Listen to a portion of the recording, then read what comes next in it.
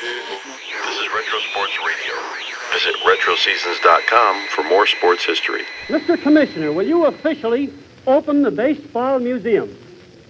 Ladies and gentlemen, I now declare the National Baseball Museum and the Baseball Hall of Fame in Cooperstown, New York, the birthplace of baseball, open. May it forever stand as a symbol of clean play and good sportsmanship. And ladies and gentlemen, the privilege, the priceless privilege of being the first to walk out of the Hall of Museum of Baseball is Connie Mack. And now he's in front of the microphone. I feel greatly honored in being here today where our first national game was started by Major Abner Doubleday. And now the 12 players in the Baseball Hall of Fame, elected by the Baseball Writers Association. Wee Willie Keeler, he hit 'em where they ate. Christy Mathewson, baseball's big six, master of the fadeaway, and famous pitcher for the Giants. Honus Wagner, the Flying Dutchman, the greatest shortstop in the game's history. Ladies and gentlemen, I was born in 1874. This organization, as it started, was 1876. And when I was just a kid, I said, I hope someday I'll be up there playing in this league.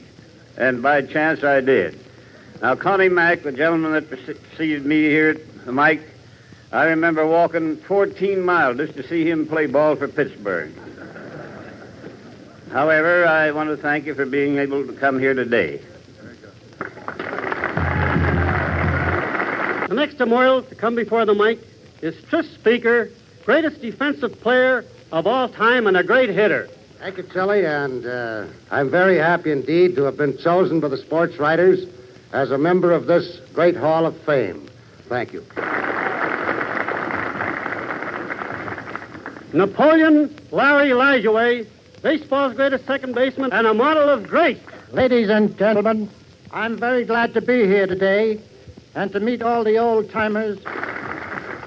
The next is Cy Young, and we must go into superlatives on Cy Young, for he is the only pitcher who has ever won 500 baseball games. Nothing pleases me better than to be about and see and know that the young generation today is following our footsteps.